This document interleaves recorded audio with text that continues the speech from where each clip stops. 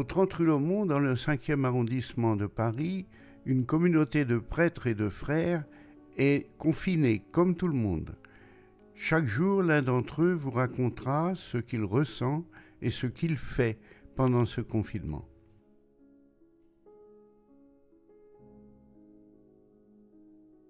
Le temps de confinement que je vis avec mes confrères ici à la rue Laumont est un temps qui a commencé assez curieusement un peu avant la date du confinement officiel en France, puisque j'étais en Terre Sainte au début du mois de mars et j'ai été confiné avec 40 pèlerins du diocèse de Nantes après une journée de pèlerinage qui a été écourtée.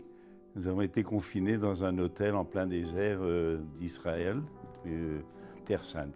Il s'est trouvé que ce temps de confinement m'a coûté beaucoup, le jour où j'ai dû décider, le 18 mars, d'arrêter mon ministère d'aumônier bénévole auprès des malades du cancer et des soignants de l'hôpital Gustave Roussy. Ça a été difficile et j'ai dû prendre cette décision assez rapidement dès que j'ai su que le confinement a été imposé, particulièrement aux personnes d'un certain âge, dont je fais partie.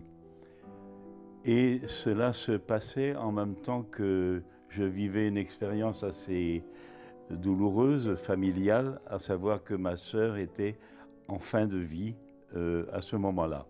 Elle est décédée, elle est entrée dans la vie le 23 mars et ça a été d'autant plus difficile que les derniers jours, je n'ai pas pu aller la voir alors qu'elle habitait dans un EHPAD qui est à 2 km de la maison mère ici où j'habite.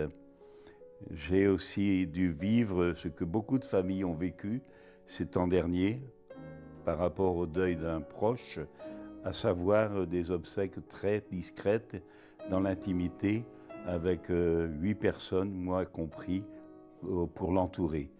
Sans Eucharistie, bien sûr. Moi qui ai tellement accompagné de gens, c'était assez difficile. Et en même temps, de cette expérience du mois de mars, je retire une grande reconnaissance, un